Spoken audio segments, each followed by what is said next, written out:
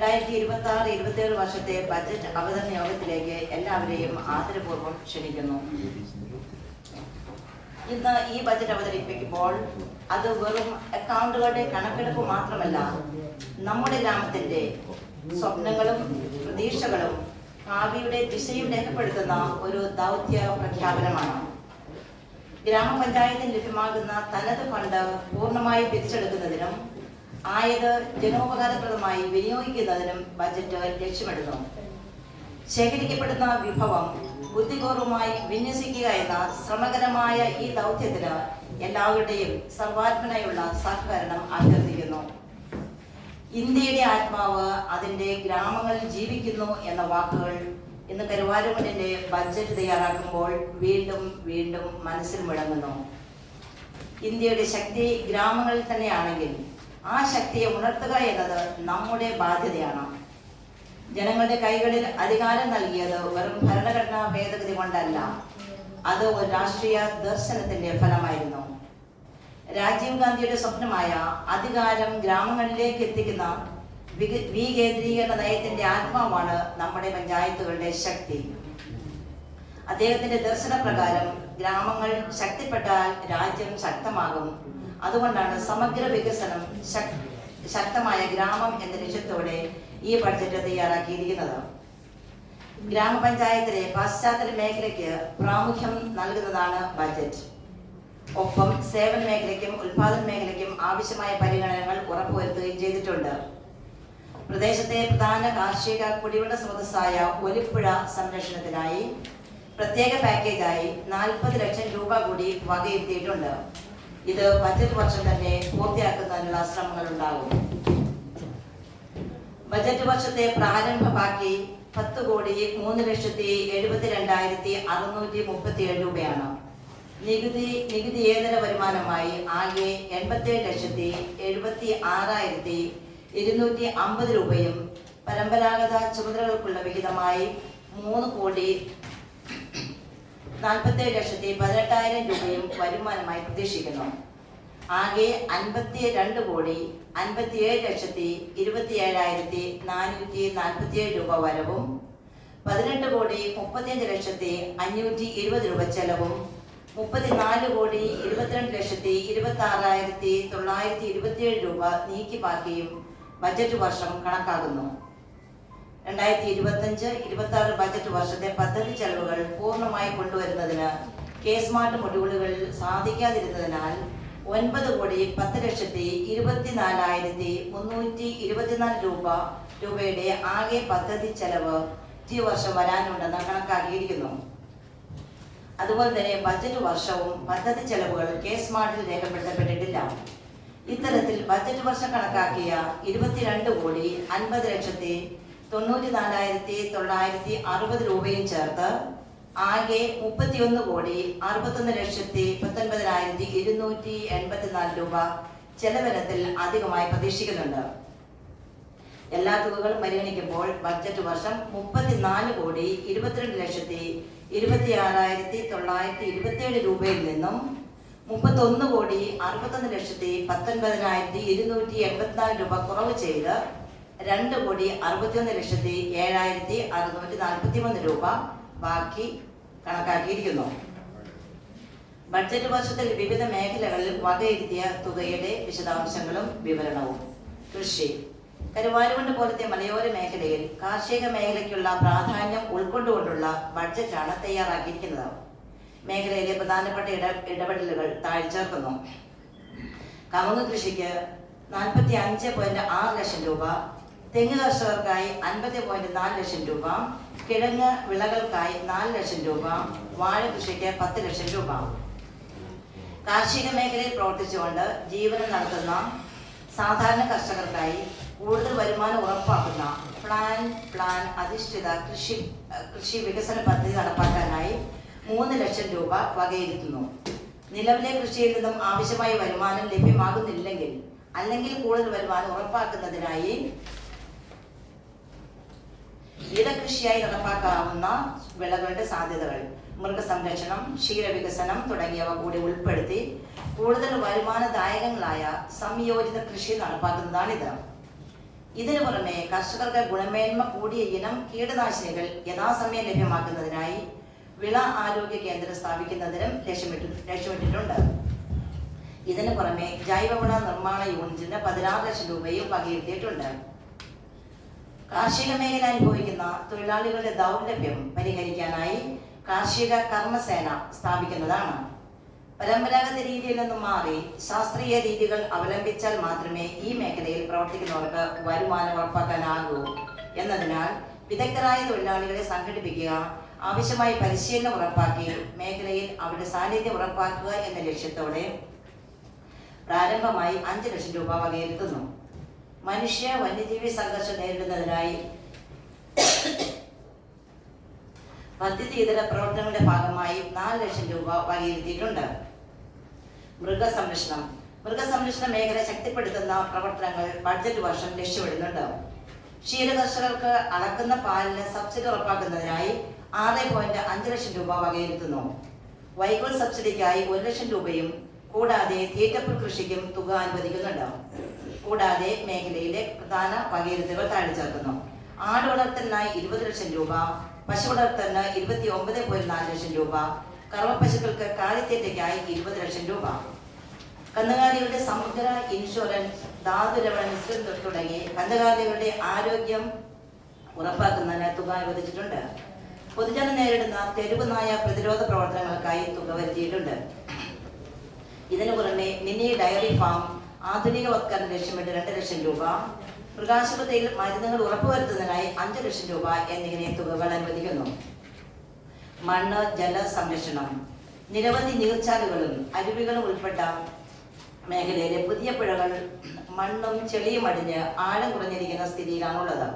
അവ നീക്കം ചെയ്യുന്നതിനും പുഴയുടെ സ്വാഭാവിക നീരൊഴുക്ക് ഉറപ്പുവരുത്തുന്നതിനും ഉതകുന്ന പദ്ധതികൾ നടപ്പിലാക്കുക എന്ന ജനങ്ങളുടെ ആവശ്യം ഗ്രാമപഞ്ചായത്ത് ഏറ്റെടുക്കുന്നു. മുൻ വർഷങ്ങളിലെ പ്രളയ വരൾച്ച പാഠങ്ങൾ ഉൾക്കൊണ്ടുകൊണ്ട് മേഖലയിൽ നാളിതുവരെ കരുവാരുകൊണ്ട് കാണാത്ത വിധത്തിൽ ഒലിപ്പുഴയുടെ സംരക്ഷണത്തിനായി 40 ലക്ഷം രൂപയുടെ പ്രത്യേക പാക്കേജ് അനുവദിക്കുന്നു. പ്രാദേശിക സാമ്പത്തിക വികസന പരിപാടികൾ. ചെറുകിട വ്യവസായങ്ങളും സൂക്ഷ്മ സംരംഭങ്ങളുടെയും പ്രോത്സാഹനത്തിനായി സാധ്യമായതെല്ലാം ഗ്രാമപഞ്ചായത്ത് ചെയ്യുന്നുണ്ട്. ജനകീയ ഹോട്ടലിന്റെ ചെലവിനായി 1 ലക്ഷം രൂപ വകയിരുത്തിയിട്ടുണ്ട്. സ്റ്റാർട്ടപ്പുകളെയും പുതിയ നിക്ഷേപകരെയും സർവാത്മന സ്വാഗതം ചെയ്യുന്ന നയമാണ് ഗ്രാമപഞ്ചായത്തിനുള്ളത്. എന്നിരുന്നാലും മേഖലയിലെ പരിശീലനത്തിന്റെ കുറവും നിക്ഷേപത്തിന് തയ്യാറായി വരുന്ന ആളുകളുടെ ദൗർലഭ്യവും കാണാതിരുന്നുകൂടാ. കക്കറ തൊഴിൽ പരിശീലന കേന്ദ്രത്തിന് 5 ലക്ഷം രൂപ വകയിരുത്തിയിട്ടുണ്ട്. ആയതിന്റെ തുടർ പ്രവർത്തനവും അതിൽ നിന്നുള്ള പാഠവും ഉൾക്കൊണ്ട് ഭാവിയിൽ മേഖലയിൽ പ്രായോഗികമായി ഇടപെടുന്നതിന് ഗ്രാമപഞ്ചായത്ത് ഉദ്ദേശിക്കുന്നു. പുതിയ സംരംഭങ്ങൾക്കും സ്റ്റാർട്ടപ്പുകൾക്കുമായി ഗ്രാമപഞ്ചായത്തിന്റെ അകമഴിഞ്ഞ പ്രോത്സാഹനവും പിന്തുണയും ഇതോടൊപ്പം ഉറപ്പു നൽകുന്നു. സേവന മേഖല. ജനക്ഷേമത്തിനായി സേവന മേഖല ശക്തിപ്പെടുത്തേണ്ടത് അനിവാര്യമാണ്. ഭരണ സ്ഥാപനങ്ങൾ സേവന മേഖലയിൽ നിന്ന് പിന്മാറിക്കൊണ്ടിരിക്കുന്ന ഈ കാലഘട്ടത്തിൽ ആകെ 1408.47 ലക്ഷം രൂപയാണ് ഈ മേഖലയ്ക്കായി ഗ്രാമപഞ്ചായത്ത് അനുവദിച്ചിട്ടുള്ളത്. ഭവന, ആരോഗ്യ, വിദ്യാഭ്യാസ, മാലിന്യ സംസ്കരണ മേഖലയിലാണ് ഇതിന്റെ ഭൂരിഭാഗവും അനുവദിച്ചിട്ടുള്ളത്. വിദ്യാഭ്യാസ പരിപാടിക്കായി 11.75 ലക്ഷം രൂപ അനുവദിക്കുന്നു. പൊതു സ്കൂളുകളിലെ അടിസ്ഥാന സൗകര്യങ്ങൾ വികസിപ്പിക്കുന്നതിനായും പഠിക്കുന്ന കുട്ടികൾക്ക് ആവശ്യമായ സൗകര്യങ്ങൾ ഒരുക്കുന്നതിനും ഗ്രാമപഞ്ചായത്ത് പ്രത്യേകം ശ്രദ്ധിക്കുന്നുണ്ട്. വിദ്യാർത്ഥികൾക്ക് ഫർണിച്ചർ അനുവദിക്കുന്നതിനായി 3.25 ലക്ഷം രൂപ, അന്ധരായ വിദ്യാർത്ഥികൾക്ക് ലാപ്ടോപ്പിനായി 1.5 ലക്ഷം രൂപ, തുല്യത പരീക്ഷയ്ക്ക് 1.5 ലക്ഷം രൂപ എന്നിങ്ങനെ തുകകൾ അനുവദിച്ചിട്ടുണ്ട്. കൂടാതെ പിന്നോക്കം പോയ കുട്ടികളെ കണ്ടെത്തി അവർക്ക് പ്രത്യേക പരിശീലനം നൽകുന്നതിനായി 1 ലക്ഷം രൂപയും അനുവദിക്കുന്നു. വിവിധ അംഗൻവാടികൾക്കായി 29.6 ലക്ഷം രൂപ റോഡുതല ആസ്തി പരിപാലന ഫണ്ടിൽ നിന്നും അനുവദിക്കുന്നു. ഇതിനെല്ലാം പുറമെ SS വിഹിതമായി 15 ലക്ഷം രൂപ കൂടി അനുവദിക്കുന്നു. പട്ടികജാതി പട്ടികവർഗ വികസനം മേഖലയിൽ ഭവന സുരക്ഷ ഉറപ്പാക്കുന്നതിനായി സ്ഥലം വാങ്ങുന്നതിന് 70 ലക്ഷം രൂപ അനുവദിക്കുന്നു. കൂടാതെ ഭവന നിർമ്മാണത്തിനായി 175 ലക്ഷം രൂപ വകയിരുത്തുന്നു. മേഖലയിലെ മറ്റ് പ്രധാന പരിപാടികൾ താഴെ ചേർക്കുന്നു. പട്ടികജാതി വിദ്യാർത്ഥികൾക്ക് സ്കോളർഷിപ്പ് 17.5 ലക്ഷം രൂപ, പട്ടികജാതി പട്ടികവർഗ വിദ്യാർത്ഥികൾക്ക് ഫർണിച്ചർ 3.25 ലക്ഷം രൂപ, പട്ടികജാതി പെൺകുട്ടികളുടെ വിഭാഗത്തിന് ധനസഹായം 6 ലക്ഷം രൂപ. പട്ടികജാതി കുടുംബങ്ങളുടെ കിണറിന്റെ ശുചിത്വ കിണറാക്കൽ 3.84 ലക്ഷം രൂപ. പട്ടികജാതി വിദ്യാർത്ഥികൾക്ക് ലാപ്ടോപ്പ് 15 ലക്ഷം രൂപ. പട്ടികജാതി വിഭാഗക്കാരുടെ വീട് വാസയോഗ്യമാക്കൽ 10 ലക്ഷം രൂപ. പട്ടികജാതി വിഭാഗങ്ങൾക്ക് വാദ്യോപകരണങ്ങൾ നൽകല് 3.15 ലക്ഷം രൂപ. പട്ടികജാതി കുടുംബങ്ങൾക്കായി PMAY വിഹിതം 10 ലക്ഷം രൂപ. കൂടാതെ പട്ടികജാതി മേഖലയിലെ കുടിവെള്ള പദ്ധതികളുടെ വൈദ്യുതി തുക ഗ്രാമപഞ്ചായത്ത് ഏറ്റെടുക്കാൻ ബജറ്റ് വർഷം ഉദ്ദേശിക്കുന്നുണ്ട്. പട്ടികജാതി വിഭാഗത്തിന് മാത്രം പ്രയോജനപ്പെടുന്ന തരത്തിൽ വിവിധയിടങ്ങളിലെ റോഡുകൾക്കായി പ്രത്യേകം തുക അനുവദിച്ചിട്ടുണ്ട്. ആരോഗ്യം. ഗ്രാമീണ മേഖലയിലെ ആരോഗ്യ സ്ഥാപനങ്ങളുടെ മികവുറ്റ പ്രവർത്തനം ഉറപ്പുവരുത്തുന്ന പ്രവർത്തനങ്ങൾ പഞ്ചായത്ത് നടപ്പാക്കാൻ ഉദ്ദേശിക്കുന്നു. സ്ഥാപനങ്ങളിൽ മരുന്ന് വാങ്ങുന്നതിനായി 20.5 ലക്ഷം രൂപ അനുവദിക്കുന്നു. ആരോഗ്യ ജാഗ്രത അനുബന്ധ പ്രവർത്തനങ്ങൾക്ക് 2 ലക്ഷം രൂപ. ആരോഗ്യ പേരി പ്രവർത്തനങ്ങൾ 0.5 ലക്ഷം രൂപ എന്നിവയ്ക്ക് പുറമെ അമ്മമാരുടെ ആരോഗ്യ സംരക്ഷണത്തിനായി മധുരം മാതൃത്വം പദ്ധതിക്കായി 10 ലക്ഷം രൂപയും അനുവദിക്കുന്നു. ചെയ്യാവുന്നവരായ ആളുകളുടെ സംരക്ഷണം പൊതുസമൂഹത്തിന്റെ ഉത്തരവാദിത്തമാണെന്ന ബോധ്യത്തിൽ നിന്നും പരിരക്ഷാ പ്രവർത്തനങ്ങൾക്കായി 24 ലക്ഷം രൂപ അനുവദിക്കുന്നു. പുത്തനടി സബ് സെന്റർ പുനരുദ്ധാരണത്തിന് 5 ലക്ഷം കൂടാതെ ആസ്തി പരിപാലന റോഡ് തല ഫണ്ടിൽ നിന്നും മേഖലയ്ക്കായി അധിക തുകകൾ വകയിരുത്തിയിട്ടുണ്ട്. കുടിവെള്ളം. മലയോര മേഖല 1008 കൂടി വേനലിൽ കടുത്ത കുടിവെള്ള ക്ഷാമം അനുഭവിക്കുന്ന നമ്മുടെ ഗ്രാമപഞ്ചായത്തിൽ നിരവധി കുടിവെള്ള പദ്ധതികൾ പ്രവർത്തിച്ചു വരുന്നു. ജലജീവൻ പദ്ധതി പ്രഖ്യാപിച്ച് നടപ്പാക്കി വരുന്ന ഘട്ടത്തിൽ മേഖലയിൽ കൂടുതൽ പദ്ധതികൾ ആവിഷ്കരിക്കുന്നതിന് നിയമപരമായ തടസ്സങ്ങൾ നിലനിൽക്കുന്നുണ്ട്. എന്നിരുന്നാലും ജനങ്ങളുടെ ആവശ്യം പരിഗണിച്ച് 15.13 ലക്ഷം രൂപ വിവിധ പദ്ധതികൾക്ക് അനുവദിച്ചിട്ടുണ്ട്. ശുചിത്വ മാലിന്യ സംസ്കരണ പരിപാടികൾ. മാലിന്യത്തിന്റെ ശരിയായ കൈകാര്യം വ്യക്തികളുടെ സ്വഭാവവുമായി ബന്ധപ്പെട്ടതാണ്. ചെറുപ്പം മുതൽക്ക് ശീലിച്ചു വരുന്നതാണ് വ്യക്തിയായും പിന്നീട് സാമൂഹ്യമായും കൈമാറുന്നത്. അതുകൊണ്ട് തന്നെ IEC പ്രവർത്തനങ്ങൾ പൂർവാധികം ശക്തമായി തുടരേണ്ടത് അത്യന്താപേക്ഷിതമാണ്. ആയതിനാൽ 0.5 ലക്ഷം രൂപ വകയിരുത്തുന്നു. മേഖലയിൽ കൂടുതൽ കർശനമായി നിയമം നടപ്പാക്കേണ്ടതുണ്ട്. അജൈവ മാലിന്യം മൂല്യരഹിതമായവ കൈമാറൽ 40 ലക്ഷം രൂപ. ടൗൺ ക്ലീനിംഗ് 3 ലക്ഷം രൂപ. ഹരിതകർമ്മസേന വാഹന ചെലവുകൾ 4.2 ലക്ഷം രൂപ. ഹരിതകർമ്മസേനയ്ക്ക് ഉപകരണങ്ങൾ 1.5 ലക്ഷം രൂപ എന്നീ പദ്ധതികൾക്ക് തുക അനുവദിക്കുന്നു. ദുർബല വിഭാഗങ്ങളുടെ യൂസർ ഫീ ഇനത്തിൽ ആളുകൾക്ക് വരുന്ന സാമ്പത്തിക ഭാരം ഒഴിവാക്കുന്നതിനും യൂസർ ഫീ സാർവത്രികമാക്കുന്നതിനും 20 ലക്ഷം രൂപ കൂടി അനുവദിക്കുന്നു. വയോജന ഭിന്നശേഷി പരിപാടികൾ. സമൂഹത്തിൽ പാർശ്വവൽക്കരിക്കപ്പെട്ടതും ഏറെ ദുരിതം അനുഭവിക്കുന്നതുമായ വയോജനങ്ങളെയും ഭിന്നശേഷിക്കാരുടെയും പ്രശ്നങ്ങൾ ശക്തമായി അഭിമുഖീകരിക്കുന്ന ബജറ്റാണിത്. പദ്ധതി ആസൂത്രണ മാർഗരേഖ പ്രകാരം ഭിന്നശേഷി വിഭാഗത്തിൽപ്പെട്ടവർക്ക് അനുവദനീയമായ പരമാവധി തുക സ്കോളർഷിപ്പിന് വകയിരുത്തിയിട്ടുണ്ട്. 47 ലക്ഷം രൂപ ഇതിന് മാത്രമായി മാറ്റിവെച്ചിരിക്കുന്നു. ഭിന്നശേഷിക്കാരുടെ കലോത്സവത്തിനായി 0.75 ലക്ഷം രൂപ അനുവദിക്കുന്നു. ബഡ്സ് റീഹാബിലിറ്റേഷൻ സെന്ററുകൾ ഗ്രാമപഞ്ചായത്തിന്റെ ഉത്തരവാദിത്തമായി ഭരണസമിതി കാണുന്നുണ്ട്. മികച്ച പരിശീലകർക്കൊപ്പം മറ്റ് പാശ്ചാത്യ സൗകര്യങ്ങൾ കൂടി അവിടെ ഏർപ്പെടുത്തുന്നതിന് അധികമായി 25.5 ലക്ഷം രൂപ അനുവദിക്കുന്നു. ശ്രവണ സഹായികളുടെ മെയിൻ്റനൻസിനും വാങ്ങലുകൾക്കുമായി ഗ്രാമപഞ്ചായത്ത് മുമ്പ് അനുവദിച്ച തുക ബാക്കി നിൽക്കുന്നതായി അറിയിച്ച സാഹചര്യത്തിൽ ആയത് വിനിയോഗിക്കപ്പെടുന്ന മുറയ്ക്ക് മാത്രം അധികം തുക അനുവദിക്കുന്നതാണ്. ഭിന്നശേഷിക്കാരായ വിദ്യാർത്ഥികൾക്കായി ഏതു സേവനം നൽകുന്നതിനും ഗ്രാമപഞ്ചായത്ത് എല്ലായ്പ്പോഴും പ്രതിജ്ഞാബദ്ധമാണെന്ന് ഉറപ്പുകൂടി ഈ ബഡ്ജറ്റ് അവതരണ വേളയിൽ നൽകുവാൻ ആഗ്രഹിക്കുന്നു. കൂടാതെ താഴെ പറയുന്നവയ്ക്ക് കൂടി തുക അനുവദിച്ചിട്ടുണ്ട്. വയോജനങ്ങൾക്ക് കട്ടിൽ 7 ലക്ഷം രൂപ. വയോജനങ്ങൾക്ക് ഉപകരണങ്ങൾ വാങ്ങൽ 2 ലക്ഷം രൂപ. പകൽ പെയ്ഡ് കെയർ ഗിവറിന് വേതനവും അനുബന്ധ ചെലവുകൾ 1 ലക്ഷം രൂപ. വനിതാ ശിശു ക്ഷേമ പരിപാടികൾ. വനിതകളുടെ ആവശ്യങ്ങൾ കൂടി പരിഗണിച്ച് സമൂഹത്തിൽ ലിംഗനീതി ഉറപ്പാക്കുന്നതിനുള്ള പ്രവർത്തനങ്ങൾ ഗ്രാമപഞ്ചായത്ത് കൂടുതൽ സജീവമായി ഇടപെടുന്നതിന് തീരുമാനിച്ചിട്ടുണ്ട്. വനിതാ ശാക്തീകരണ കേന്ദ്രത്തിന് 15 ലക്ഷം രൂപ അനുവദിക്കുന്നു. സാനിറ്ററി നാപ്കിനുകളുടെ ചെലവും അവ സംസ്കരിക്കുന്നതിന് സ്ത്രീകൾ നേരിടുന്ന ബുദ്ധിമുട്ടും സാധാരണമാണ്. ഇത് പരിഗണിച്ച് കൂടുതൽ ശാസ്ത്രീയവും സൗകര്യപ്രദവും ശുചികരവുമായ മെൻസ്ട്രൽ കപ്പ് ഉപയോഗം പരിപോഷിപ്പിക്കാൻ ഉദ്ദേശിക്കുന്നു. വനിതകൾക്ക് മെൻസ്ട്രൽ കപ്പ് വിതരണത്തിനായി 17.5 ലക്ഷം രൂപ വകയിരുത്തുന്നു. ജാഗ്രതാ സമിതികൾ സജീവമാക്കുന്നതിനും തുടർ പ്രവർത്തനങ്ങൾ ആവിഷ്കരിച്ച് നടപ്പിലാക്കുന്നതിനും ഗ്രാമപഞ്ചായത്ത് ഉദ്ദേശിക്കുന്നു.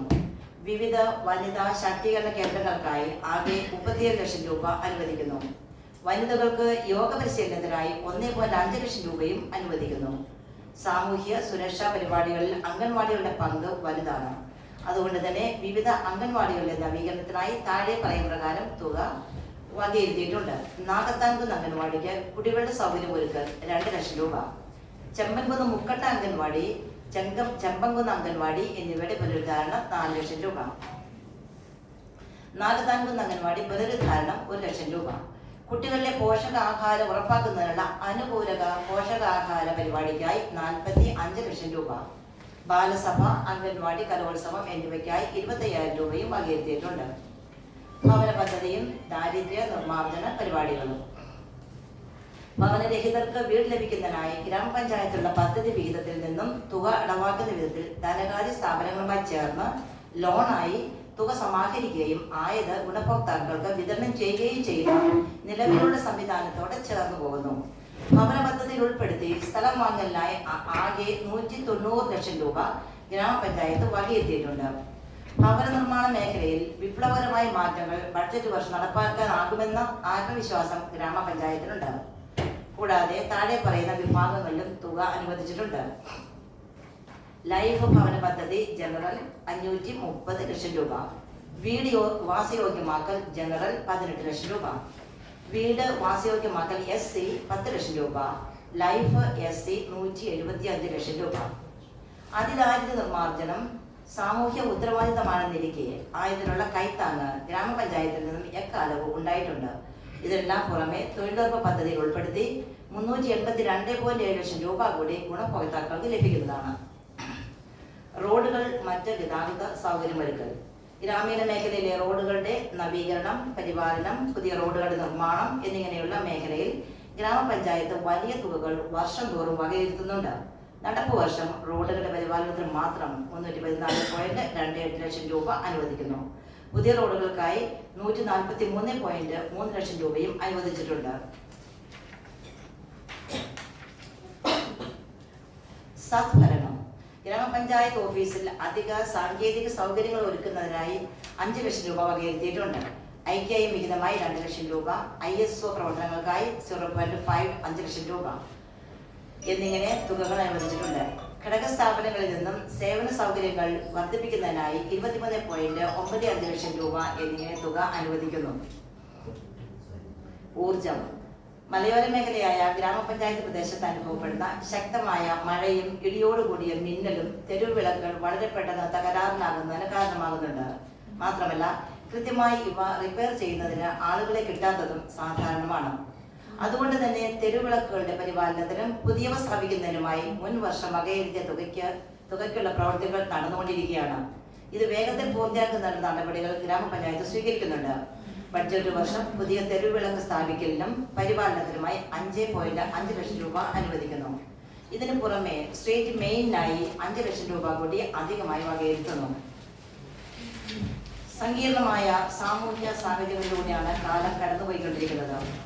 മുൻകാലങ്ങളിൽ നിന്നും വിഭിന്നമായി കുടുംബത്തിന്റെ അകത്തളങ്ങളിൽ വന്ന മാറ്റം സമൂഹത്തിലും പ്രകടമായിക്കൊണ്ടിരിക്കുകയാണ്. മദ്യത്തിന്റെയും തീവ്ര ലഹരി ഉൽപ്പന്നങ്ങളുടെയും ഉപയോഗം മുമ്പൊന്നുമില്ലാത്ത വിധം പ്രകടവും ആപത്കരമായ അവസ്ഥയിലേക്ക് എത്തിച്ചേരുകയും ചെയ്തിരിക്കുന്നു. നല്ല മാറ്റത്തിനായുള്ള തുടക്കം കുറിക്കാനായി കരുവാരക്കുണ്ട് ഗ്രാമപഞ്ചായത്ത് ശക്തമായി ഇടപെടുന്നു എന്നത് ചാരിതാർത്ഥ്യജനകമാണ്.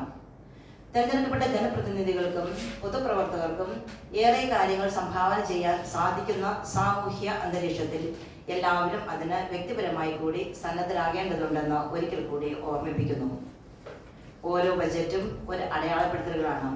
ഓരോ കാലഘട്ടത്തിലെയും വിഭവങ്ങളും ആവശ്യങ്ങളും കണക്കാക്കി സാമൂഹ്യ സ്ഥിതി ഉൾക്കൊണ്ട് അതിനൊത്തവിധം പ്രവർത്തനങ്ങൾ ആസൂത്രണം ചെയ്ത് നടപ്പാക്കുക വഴി ആ കാലഘട്ടത്തെ അടയാളപ്പെടുത്തുന്ന ഒരു സുവർണ വികസന രേഖയായി ഈ ബഡ്ജറ്റ് മാറുമെന്ന പ്രതീക്ഷ ഞാനിവിടെ പങ്കുവയ്ക്കുന്നു.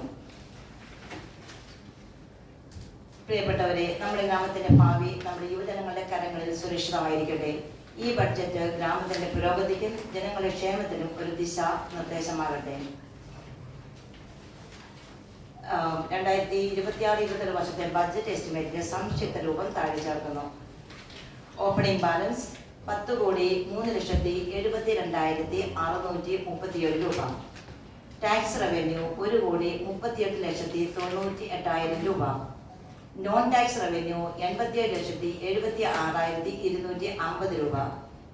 ജനറൽ പർപ്പസ് ഫണ്ട് 3,47,12,000 രൂപ. ടോട്ടൽ 5,73,92,250 രൂപ.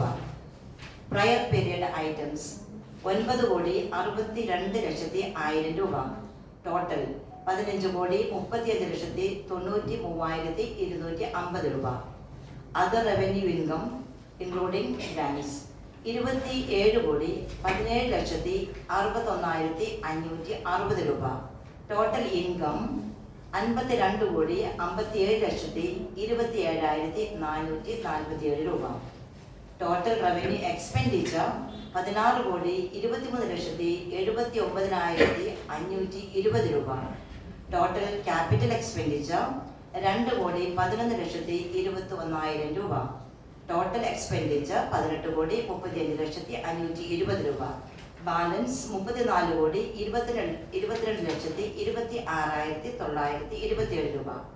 ഇതിൽ plan outflow to be updated from Sulekha to KSmart 25-26 9,10,24,324 രൂപ. Then total outflow to be updated from Sulega to Kesmart 22,50,94,960 രൂപ. ടോട്ടൽ 31,61,19,284 രൂപ. ക്ലോസിംഗ് ബാലൻസ് as of 31/3/2026 2,61,7,641 രൂപ.